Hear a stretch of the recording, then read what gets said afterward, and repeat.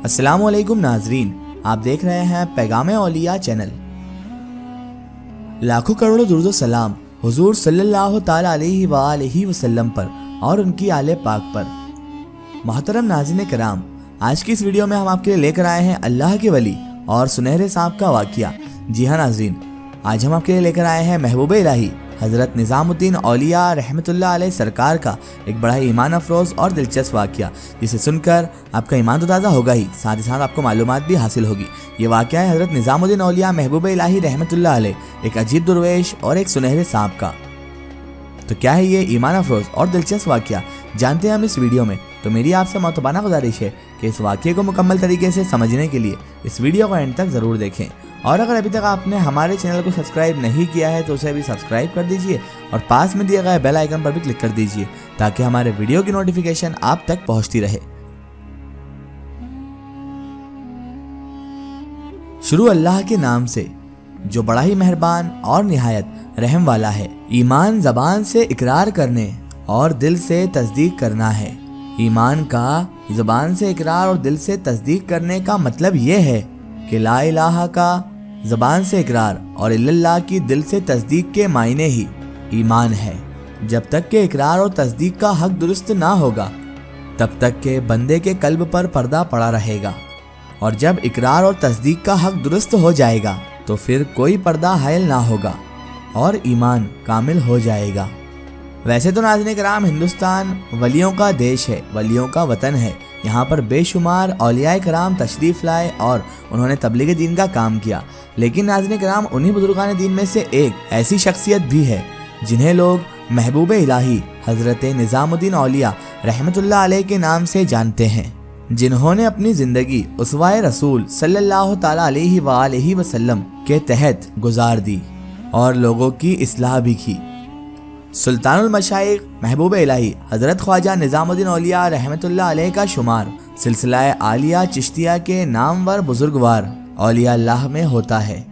آپ حضرت محبوب الہی رحمۃ اللہ علیہ نے شیخ شیوخ و عالم حضرت بابا فرید الدین مسعود گنج شکر رحمۃ اللہ علیہ سے بیعت حاصل کی۔ ان کے دست حق پرست پر ہی محبوب الہی نے بیعت کی اور سلوک کی منازلیں طے کرنے کے بعد خرقہ خلافت بھی پایا۔ ناظرین کرام، بیان کیا جاتا ہے کہ ایک مرتبہ حضرت نظام الدین اولیاء رحمۃ اللہ علیہ کی خانقاہ میں ایک عجب شخص داخل ہوا۔ چہرے اور حال حوال سے وہ درویش معلوم ہوتا تھا، لیکن تعجب کی بات یہ تھی کہ اس شخص کے چہرے سے عجب سی وحشت ٹپک رہی تھی۔ حضرت محبوب الہی رحمۃ اللہ علیہ کے بے شمار خدمت گزار تھے۔ ان لوگوں کو جب ان پر شک ہوا تو وہ اس اجنبی شخص سے پوچھ تاچھ کرنے لگے، پوچھنے لگے کہ تم کہاں سے آئے ہو، اور تحقیق کرنے لگے۔ وہ اجنبی شخص خاموشی وہاں پر کھڑا رہا۔ اس کے بعد جب خادموں نے اس کی تلاشی لی اور تلاشی لی گئی تو اس درویش کی جیب سے، اس عجیب و غریب شخص کی جیب سے ایک بڑا سا چاقو برآمد کیا گیا۔ خدام لوگوں نے اسے پکڑ کر اس سے وہ بڑا سا چاقو چھین لیا۔ پھر جب سلطان المشائخ حضرت محبوب الہی نظام الدین اولیاء رحمۃ اللہ علیہ کو اس پورے معاملے کی خبر ہوئی تو آپ رحمۃ اللہ علیہ نے خدمت گزاروں کو سختی سے حکم دیا کہ اس اجنبی شخص کو کسی بھی طرح کی سختی کا سامنا نہ کروایا جائے، کسی بھی طرح کی سختی اس کے اوپر نہ کی جائے اور اس کا خیال رکھا جائے۔ ظہر کی نماز ادا کرنے کے بعد سلطان المشائخ محبوب الہی حضرت نظام الدین اولیاء رحمۃ اللہ علیہ نے اس اجنبی شخص کو اپنے حجرہ مبارک میں طلب فرمایا۔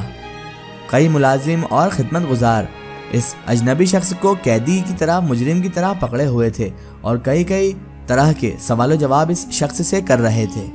وہ یہی پوچھ رہے تھے کہ تو کون ہے اور کس ارادے سے یہاں آیا ہے اور تجھے یہاں پر کس نے بھیجا ہے۔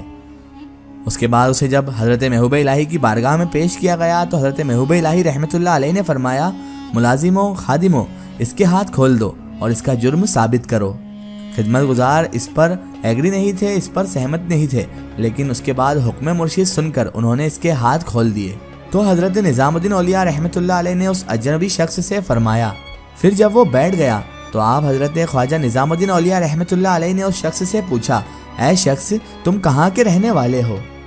اس اجنبی نے کانپتے ہوئے لہجے میں کچھ یوں جواب دینا شروع کیا، حضور، میں مقامی انسان نہیں ہوں، یعنی کہ یہاں کا ہی رہنے والا نہیں ہوں میں حضور، میں دور سے یہاں پر آیا ہوں۔ حضرت خواجہ نظام الدین اولیاء رحمۃ اللہ علیہ نے اس کے علاوہ مزید کوئی بھی سوال اس اجنبی شخص سے نہیں کیا۔